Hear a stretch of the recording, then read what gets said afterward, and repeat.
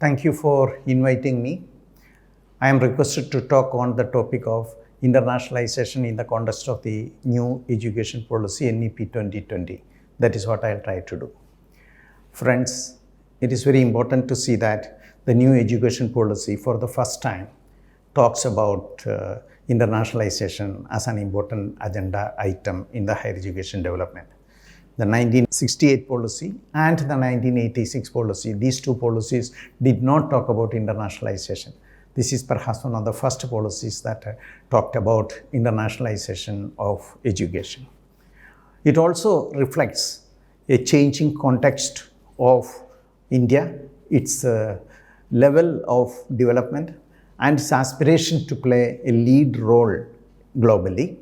These are some of the important dimensions that should be kept in mind while discussing about internationalization of higher education. There is a distinction to be made between what we want to do, whether we want to internationalize Indian education or we want to internationalize higher education in India. These are two different things. While talking about internationalization of Indian education, at times it happens that some of the courses or some of the Indian study programs are introduced in some of the universities abroad. But that does not add to the curriculum changes within India. When we talk about internationalization of higher education in India, we feel that it is more related to the changes that we want to introduce in curriculum and in the orientation. Today, the university graduates or higher education graduates are looking for employment anywhere in the world. Therefore, the skills which are developed, the dexterities which are pruned, and also the competencies that are evolved or acquired during the process should have an international market value. And that is very important when we try to talk about the changes in higher education.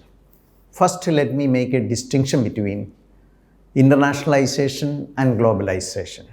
Internationalization is a process by which international, intercultural values are inculcated into every study programs.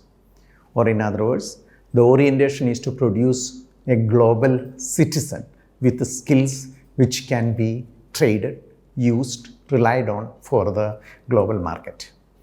However, globalization is a process which is more related to the changes in the market, the employment orientation, the skill requirements, and therefore it is a market-mediated process. Internationalization is a much broader term, whereas globalization is a subset of the internationalization process that we are talking about. In the context of internationalization, especially from the 1990s, there are four forms in which cross-border mobility takes place. But I should say that internationalization does not mean or should not be confined to this cross-border mobility. Cross-border mobility of students accounts for only 2% of the students globally. 98% of the students do not move from their country, do not move from the country of origin and the institutions. Therefore, when we talk about internationalization, we cannot confine ourselves to cross-border mobility. But however, let me today focus more on cross-border mobility. That in the context of internationalization, there are two terms which are used. One is internationalization at home. The other one is that internationalization abroad. Internationalization at home means that it implies those students who are not moving out of the country. So when we talk about internationalization abroad, it comes closer to the cross-border mobility of students, institutions, etc. So therefore, let me confine myself to cross-border mobility aspects of internationalization or globalization. There are four forms of mobility that we talk about in the context of globalization. These four forms of mobility are: the programs move, the students move, the teachers move, and the institutions move. And if you see this chronologically, traditionally, mobility of students used to be the major form of cross-border mobility. Study abroad programs were the most common factors that influenced the cross-border mobility. And you will find that in most of the colonial countries, initial flow was to the imperial powers, the countries which were ruling the colonies, most of the countries. For example, in India, the flow was more to UK to start with initially, and you will also find that this is the case with many other colonies. So there used to be a cross-border mobility that used to take place of the students. But this mobility was based on fellowships offered either by the foreign governments or by the national governments. And as a result of that, the number of students who could cross borders was rather limited. This trend has changed over a period of time. Today, a major share of the students are going abroad for studies from India, relying on the budgets or relying on the finances of the households. Or in other words, the public funding has replaced by household financing for internationalization and in the process of globalization and the study abroad programs. Teachers used to move earlier and even now. And teachers are also valued, Indian teachers are also valued very high, held in high esteem in many of the prestigious universities abroad. Now, however, institutional mobility was not part of this cross-border mobility for a fairly long period of time. Institutional mobility took place, what we find mostly in the recent years, and especially institutional mobility is a new trend in internationalization of higher education in the context of globalization that we find in this century. You find that institutions are moving from one country to the other. There are two forms in which institutional mobility takes place. One is the notion of branch campuses.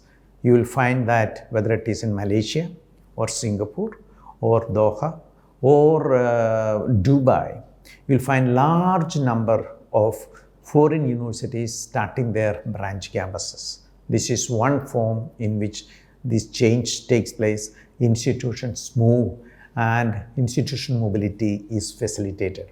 You get the same degree from the same university, and perhaps you need not have to go to the developed countries of UK, USA or Australia.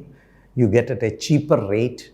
You go to Dubai or any of these places where you find that it is much easier to get the degree and also pay perhaps 1/3 or 1/4 or half of the amount that you would have otherwise paid for the same degree from the same university. So this is a new invention of this century. You find that a substantial number of students from the developing countries are now going to the branch campuses.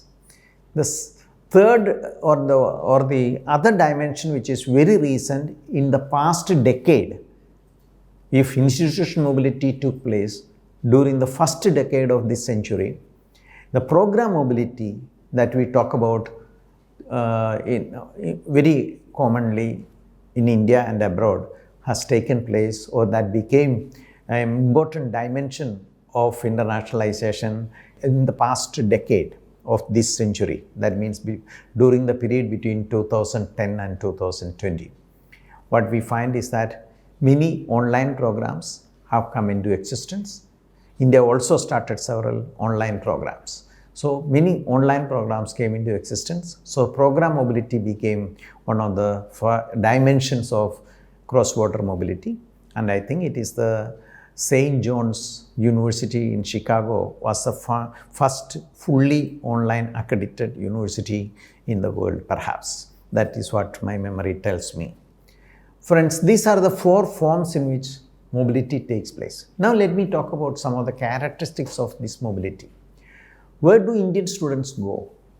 Most of the Indian students go to USA, UK, Canada, Australia, etc. And till recently, Australia was not a major player. It used to be UK and USA, or USA and UK in that order. But Australia became an important player, attracting a large number of students in the past decades. You find that Canada is increasingly becoming an important destination for Indian students. These are the places to which Indian students are going. If you are talking about institutional mobility, India did not permit foreign institutions to come and establish branch campuses in India. I'll come to this because the new education policy changes this provision and encourages the process of foreign universities to establish branch campuses in India. I'll come to this point at a later stage. If you look at the student mobility pattern, I will say that there are two pathways of student mobility taking place from India. One pathway is that high cost, high return pathway.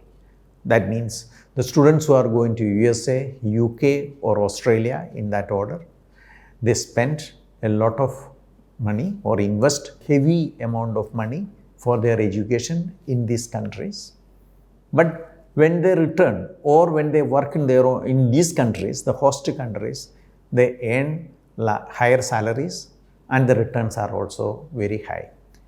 Actually, this visa facilities have been highly influencing the choice of the country. For example, USA has provisions for entertaining and retaining Indian graduates for a fairly long period of time after the studies. UK tried to change this in 2010-11 and suddenly we found that when the post-study visa facilities have declined, you will find that there is a sudden drop in the Indian students going to UK for studies. In the past 2 years, UK has reversed this visa rule and what we find is that there is a rush to UK. These trends are getting reversed, or in other words, it is estimated that in 2019-20, there was an increase of 93% of Indian students going to UK. And in Australia too, you find that during the period of 2010-11, there was a change in the post-study visa rules, and as a result of that, the students started changing their destination and there was a decline in the number of Indian students to go into Australia. But they also reversed or they also changed the visa rules, permit Indian students to stay longer and look for jobs. This certainly was or is an important dimension that you find. If you look at the Canadian situation, you will find that the visa rules are more relaxed and you will find a large number of Indian students are going to Canada, especially in the recent past. So in other words, there is one path that we find which is high cost and high returns path, and that is mostly the path that is adopted by better off students from the better off families with rich parents who can afford to have education, because a bank loan will not help to support or to cover the full cost of education either in UK or in USA. So therefore, they rely on family income to top up or to compensate for what is not paid by the bank, or some of the families they send their children without relying on bank loans. The other part of the foreign student mobility is that low cost, low return mobility. You find that the students going to many countries, especially for medical education, in China, in Russia, Russian Federation, or in Ukraine, are mostly the students who cannot afford to go to many of these countries, developed countries, where the fee levels are very high, cost of living is very high, and they cannot afford to that, so they go to these countries. And especially you may notice that during this Ukrainian crisis period, it is estimated that there are 18,000 Indian students in Ukraine, most of them following studies in health sciences, especially medical sciences. And these are the people who are going to China, Russian Federation, Ukraine and similar countries, they are low cost, low return pathway that I can talk about it, because these students, when they come back, there is a difficulty. Their degrees are not recognized in India, and they had to qualify for an examination whereby they will be given license to practice in India. And the pass percentages, some of the experiences shows that the pass percentages are very limited. Whereas in the low cost, low return pattern, mobility pathways, one does not like to stay back. They go for a degree, get the degree, and they would like to come back to India and try to pass the medical examination and try to continue the practice in India. This is a difference that you find in terms of this mobility pattern. The second dimension related to student mobility is related to the students coming to India.